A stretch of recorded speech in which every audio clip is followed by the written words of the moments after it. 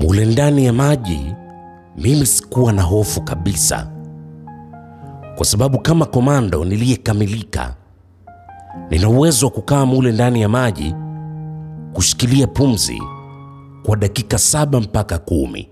Hofu yangu kubwa ilikuwa ipo kwa Pierre. Nikawa nina hofu kuwa kama wale askari waliomfiatulia risasi mama yangu mkubwa, wakisogea pale kwenye ule mfereji wakasimama kuangalia kwa zaidi ya dakika 3, basi Pierre atakamatwa. Basi nikawa nimeshikilia pumzi zangu huku najiambia sijui Pierre itakuwaje. Kwa jinsi mimi nilivyoingia kwenye ule mfereji, niliingia kwa mtindo wa kiprofessional wa kuzama kwenye maji mafupi ambao unaitwa crocodile diving, mtindo wa mamba. Mtindo huo ni mtindo ambao unazama kwenye maji, lakini uso wako unakuwa unaangalia juu ili macho yako yawe juu. Ukipata nafasi uweze kuyafumbua macho ukiwa kwenye maji bila adui kuona, uweze kumwangalia adui, kuona hali ya adui nje ya maji ikoje, ili uweze kupata vipimo vya kuweza kupambana na adui. Basi nikawa na hesabu sekunde huku nikiwa nimetulia tu, masikio yangu nikiwa nimeyatega kusikiliza nje ya ule mfereji. Nikawa sisikii chochote. Basi nikawa taratibu najiseti kwa ajili ya kufumbua macho yangu huku nikiwa ndani ya maji, niweze kuangalia na kuona hali ya adui. Nikajisogeza taratibu eneo la katikati ya ule mfereji ili nikifumbua macho niweze kuangalia na kuona hali ya adui kwa pande zote za ule mfereji. Basi nikafumbua macho kuangalia hali ilivyo. Kuangalia nikaona askari wawili ambao walikuwa wamevaa combat za jeshi, lakini t-shirt walizokuwa wamevaa zilikuwa ni t-shirt za kiraia. Wale askari wakiwa wameshika silaha za moto, wakiwa wamesimama pembeni ya mwili wa mama yangu mkubwa, wanaugeuza ule mwili kwa kutumia mabuti yao huku wanaongea. Ghafla nikawaona wanapiga hatua kusogea pale kwenye mfereji. Taratibu nikaushusha uso wangu chini. Wale askari wakaja mpaka pale, wakawa wanaongea kilugha huku wananawa na kunywa maji. Moyoni nikajiambia Pierre hatoweza, sasa hivi atainuka. Nikaanza kuona miguu ya Pierre inacheza mule ndani ya maji, ikiwa ni ishara ya kuhangaika kutafuta pumzi. Tayari pumzi zilikuwa zimemuishia, kwa kuwa ule mfereji ulikuwa ni mdogo sana, wenye urefu wa kati ya mita 1.5 mpaka mita 2 kasoro. Mule ndani ya mfereji tulikuwa tumeingia kwa staili ya kuchuchumaa. Nikawa nikifumbua macho ndani ya maji, kwa mbali naona miguu ya Pierre ikiwa inazungushwa. Wale jamaa wakawa wanaendelea kunywa na kunawa. Nikahisi mkono wa Pierre umenishika kwenye mguu wangu, ukawa unaniminya kwa nguvu, ikiwa ni ishara ya kuwa anahangaika kuzuia pumzi na yupo kwenye hatua zake za mwisho za kushindwa. Nikajiambia kama tungekuwa kwenye kina kirefu, ningempiga Pierre kwenye mshipa mkuu wa shingo, angezimia, angepoteza fahamu. Ingekuwa ni rahisi kumzuia ili adui asijue kama kuna watu ndani ya mfereji. Lakini kwa mfereji kama ule sikuweza kufanya chochote. Basi nikawa nimetulia tu, naomba Mungu wale askari wanawe haraka waondoke. Hali ya Pierre ikawa inazidi kuwa mbaya. Ghafla akainuka na kuwafiatulia bastola wale askari. Askari wakaanguka. Mimi nilipoinuka kutoka kwenye ule mfereji, nikakuta askari wote wameanguka, wamekufa. Ghafla tukasikia sauti zikiongea, kisha tukaanza kusikia milio ya risasi zikifyatuliwa kuja ule upande tuliosimama, upande wa mfereji. Nikamvuta Pierre nyuma ya kichaka, kisha nikamwambia, bastola ulionayo imebaki na risasi moja tu, kwa hiyo tulia hapa, usishambulie. Pierre akaniambia sawa. Mimi nikaweka silaha yangu sawa, nikawa nainuka na pambana na kundi la askari waliokuwa wanatufyatulia risasi. Baada ya kugundua kuwa Pierre amewaua wenzao, nikawa napambana nao huku natoka pale kwenye kichaka alipo Pierre, ili kumwacha Pierre akiwa salama, kumwepusha na mashambulizi yasiendelee kuja pale kwenye kichaka. Nikawa nashambulia huku naelekea usawa wa juu, naliacha bonde linavyokwenda. Nikafanya vile mpaka nikafanikiwa kuwaweka wale askari chini. Mimi nikawa nipo juu, na mpaka nafanikiwa kufika kwa juu nilikuwa tayari nimeshaua askari wengi. Nimebakiwa na askari 5 tu ndio ninaopambana nao. Nikapambana nao mpaka nikafanikiwa kuwamaliza wale askari 5 wote, wakawa wapo chini. Nilipowamaliza nikawa nasikia sauti za wanawake wakiwa wanaongea kwa kupiga kelele. Nikapiga hatua kusogea kwenda kuangalia ni sauti za kina nani. Kuangalia nikaona kuna wanawake watu wazima, makamo ya mama yangu, wapo 4. Haraka nikawakimbilia kwenda kuwakagua na kuangalia kama mama yangu atakuwa ni miongoni mwao. Nikaangalia lakini sikumuona mama yangu. Nikaita Pierre, kisha kwa Kifaransa nikamwambia njoo. Pierre akatoka kule kwenye kichaka nilipomwacha, akapiga hatua akaja mpaka pale nilipokuwa na wale kina mama. Pierre alipofika akawaongelesha wale wa mama kilugha, wakawa wanaongea. Nikamuuliza Pierre, ni watimba wenzio? Pierre akaniambia ndio. Nikamwambia waulize wametoka wapi, na je, kuna kundi lingine la wamama watu wazima kama wao? Pierre akawa anaongea nao kilugha wale kina mama. Kina mama wanamjibu, halafu Pierre ananijibu. Pierre akaniambia wanasema wametoka kwenye kambi ya muda ya Wandiba, ambayo ilikuwa ni kambi ya kichawi ya Wandiba. Mimi kwa mshangao nikauliza walikuwa wanafanya nini huko. Pierre akawauliza wale wa mama. Wale wa mama wakamjibu Pierre. Pierre akaniambia wanasema walikuwa wanatumika kama kafara kwenye hiyo kambi. Nikamuuliza Pierre, kafara kivipi? Pierre akaniambia, nilikwambia hizi vita zetu za kikabila tunapigana kwa kila silaha. Sasa huko kwenye kambi ya kichawi hawa walikuwa wanauliwa na damu zao zinapakwa kwenye silaha za Wandiba. Inaaminika mama ndiye anayekuza jamii, kwa hiyo ukitumia damu yake kwenye silaha kupigana na jamii ambayo imetokana na uzao wake, inakuwa ni rahisi kuishinda hiyo jamii. Ndio maana Wandiba wanawatoa hawa kina mama wa Kitimba kafara kwa kutumia damu zao kuzipaka kwenye silaha zao. Wanajua wakisha tushambulia sisi jamii za Kitimba itakuwa ni rahisi kumaliza vikosi vyetu vya kijeshi. Nikamuuliza Pierre, hiyo kambi ya kichawi ipo wapi? Pierre akauliza wale kina mama. Kisha baada ya muda wale kina mama wakamjibu Pierre. Pierre akaniambia wanasema ipo nyuma ya ile miti unayoiona. Pierre alikuwa akinionyesha miti iliyo upande wa juu wa bonde la Ulindu. Nikamwambia waulize kuna wamama wengine walikalao huko. Pierre akawauliza wale kina mama, kisha akanijibu kuwa wamesema hakuna. Huko kuna wachawi 10 wa kabila la Kindiba na wanajeshi kadhaa ambao hawajui ni wangapi, lakini sio wengi. Nikamwambia waulize wapi katika kambi za Wandiba kuna wamama wenye umri kama wao ambao wanashikiliwa mateka. Pierre akawauliza.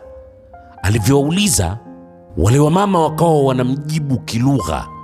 Walipomaliza kumjibu, Pierre akaniambia wanasema lango la Boga kwa upande wa juu ndio kuna kambi ya wamama 6, watu wazima kama wao, lakini wamama wengine wenye umri wao waliuliwa wote mwanzo kabisa wakati wanachukuliwa kama mateka. Nikamwambia Pierre waulize wamemwona mama mmoja anayeitwa Aziza ambaye ni mdogo wake huyu mama, mke wa mzee Kise. Pierre akawauliza wale wamama. Wale wamama wakawa wanamjibu Pierre kwa uchangamfu, huku wanaonyesha vidole kule kwenye ile miti ya walipo wachawi wa kabila la Kindiba. Nikamuuliza Pierre kwa shauku, wanasemaje? Pierre akaniambia wanasema huyo mama unayemuuliza ni mama ambaye sio Mtimba na wala sio raia wa Biko, anafuma vitambaa vya nyuzi. Pale pale moyo wangu ukapata matumaini. Nikawasogelea karibu wale kina mama, huku nikiwaambia ndio huyo Bi Aziza, ndio mama yangu mzazi huyo. Yupo wapi? Yupo wapi? Yupo wapi? Nielekezeni tafadhali. Wale wamama wakawa wanatabasamu. Kabla hawajazungumza chochote, ghafla tukasikia mlio wa risasi zilizokuwa zikifyatuliwa kuja usawa huu tulio sisi na wale kina mama. Haraka nikawainamisha wale kina mama chini, halafu nikawa nawaambia wanifuate. Nilikuwa nikizungumza Kifaransa huku nikiwa natambaa. Pierre akawaambia kwa kilugha chao, tukawa tunatambaa kuzunguka kichaka ili tuweze kujificha. Risasi zikawa zinafyatuliwa nyingi sana. Kisha nikasikia sauti ya kelele ya mama mmoja kati ya wale wa mama akilia maumivu. Nikalazimika kugeuka kujibu mashambulizi. Nikamwambia Pierre aendelee na wale kina mama, aniache nishughulike na wale wanaofyatua risasi. Basi nikaanza mapambano, na mimi nikawa nawafyatulia risasi. Nikapambana nao sana. Kwenye mapambano yetu, kila mmoja alikuwa anataka kudominate eneo la kimapambano alilo mwenzie. Mimi nilikuwa nafyatua risasi huku nikiwa na fosi kuwafuata walipo kwa kasi ya kimashambulizi, na wao kawa wanafanya vivyo hivyo. Basi nikalazimika kubadili mbinu ya kimapambano. Nikawa nashambulia kwa hesabu. Nikawa nashambulia ninapoona nina uhakika wa kumpata adui tu. Kwa hiyo mapambano yetu yakabadilika, yakahamia kwenye mtindo wa kuviziana. Wakati naendelea kupambana, nikawa nasikia milio mingine ya risasi eneo la chini. Nikawa najiuliza, ina maana kuna mapambano mengine yanaendelea huko chini? Nikajiuliza yatakuwa ni mapambano kati ya nani na nani? Basi huku najiuliza, huku naendelea kupambana. Nikapambana mpaka nikafanikiwa kummaliza kabisa adui. Nikawa nimefyeka askari wote niliokuwa napambana nao. Kuangalia akiba ya risasi niliyokuwa nimebaki nayo, ilikuwa ni risasi chache sana. Ikabidi nisogelee askari wawili ambao nilikuwa nimewaua. Nikachukua magazine zao, kisha nikapiga hatua kutembea kuelekea usawa ule ambao Pierre na wale kina mama walikuwa wameelekea. Nikawa natembea huku silaha yangu ipo standby kimapambano. Sauti ya mlio wa risasi nikawa siisikii tena, pakawa pako kimya. Nikawa natembea huku nikisikiliza kwa makini sana, kama nitasikia sauti za vishindo vya watu wakitembea, lakini sikusikia chochote. Wakati naendelea kusikilizia huku nikitembea, ghafla nikakosokoswa na risasi. Nikajiweka sawa na mimi nikawa nashambulia. Nikashambulia sana kupambana na kundi lingine la askari kama 8 hivi waliokuwa na silaha za moto, waliokuwa wakishuka kutoka upande wa juu, upande wa kusini mashariki, kutoka upande ule niliokuwa mimi. Nikapambana na lile kundi mpaka nikafanikiwa kulimaliza. Nikawamaliza askari wote 8. Nikawa na hema juu juu. Nikawa natembea huku naita Pierre, kimya. Pierre, kimya. Nikawa natembea huku nikiwa na umakini mkubwa sana, huku nikijiuliza, sasa Pierre atakuwa ameenda wapi? Na wale wa mama amekimbia nao au ni vipi?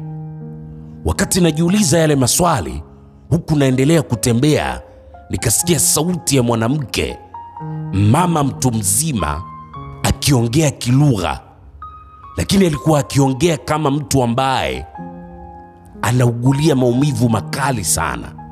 Nikaongea Kifaransa kumuuliza mpo wapi. Nikawa naisikia ile sauti ikiongea kilugha. Nikawa nafuata uelekeo wa ile sauti inapotoka. Nikatembea hatua kadhaa kufuata ule uelekeo wa ile sauti, hatua kama 12 hivi. Sikuamini nilichokiona. Wamama 3 walikuwa wamelala chini, wamejaa matundu ya risasi vifuani mwao, huku yule mama mmoja akiwa na jeraha mguuni. Nikamuuliza yupo wapi Pierre. Yule mama akanionyesha kwa kidole chake cha shahada. Kugeuka kuangalia kule alipokuwa akionyesha kidole, nikamuona Pierre akiwa amelala chini, amekufa. Ana matundu ya risasi tumboni na kichwani, huku mkononi akiwa ameshika ile bastola niliyompa. Nikashusha pumzi kama niliyechoka, kisha nikamgeukia yule mama. Nikapiga hatua, nikamsogelea karibu kumwangalia. Alikuwa na jeraha kubwa mguuni. Lilikuwa ni jeraha kubwa sana la risasi ambayo ilikuwa imeingia kwenye kigimbi cha mguu wake wa kulia, halafu imetoka mbele usawa wa ugoko kwa kufumua. Ugoko wake wote ulikuwa umefumuka. Kwa jinsi ugoko wake ulivyokuwa umefumuka, ilikuwa ni wazi yule mama asingeweza kabisa kutembea. Nikamuuliza unazungumza Kifaransa? Yule mama akawa ananiangalia tu, huku ananiongelesha kilugha chao ambacho nilikuwa sielewi chochote kile anachokizungumza. Nikajiuliza sasa nitamuulizaje huyu mama kuhusu mama yangu Bi Aziza. Wakati najiuliza vile, yule mama akawa ananiongelesha kilugha chao, huku anaonyeshea ishara ya ufumaji wa vitambaa kwa kutumia uzi, jambo ambalo mama yangu alikuwa akilifanya. Swala la ufumaji mama yangu alikuwa akilifanya muda wote, hata alipokuwa kwa mama yangu mkubwa. Nina uhakika ndio kitu alichokuwa anakifanya. Mama yangu alikuwa anafuma vitambaa muda wote. Ikitokea ameweka uzi na sindano chini, basi ujue alikuwa anafanya jambo la maana sana, yaani jambo kubwa mno. Vinginevyo muda wote mama yangu alikuwa na uzi na sindano anafuma vitambaa. Yule mama alivyonionyeshea ile ishara ya kufuma, akawa ananionyeshea kidole kule kwenye ile miti ambayo wachawi wa kabila la Wandiba ndipo walipo. Nikajiuliza sasa naenda vipi na yule mama asiyeweza kutembea. Nikajiambia sina jinsi. Huyu mama ndiye mtu pekee anayejua mama yangu alipo. Sina budi kumbeba anipeleke huko mama alipo. Basi nikainama, nikamwashiria yule mama kuwa nataka nimbebe mgongoni anipeleke huko alipo mama yangu, mama mwenye kufuma vitambaa kwa uzi na sindano. Yule mama kwa ishara akakubali, akajivuta huku akiugulia maumivu, akanisogelea mgongoni, akanishika shingoni ili kujizuia, na mimi nikambeba mgongoni, nikainuka naye. Ile nainuka naye tu, nainua macho ili nipige hatua mbele, nikashtuka kuwaona makomando wenzangu, kina Komando Ngamia, wakiwa wanapiga hatua wote wanne, wanakuja huku nilipo. Usikose sehemu inayofuata kesho saa 3 usiku.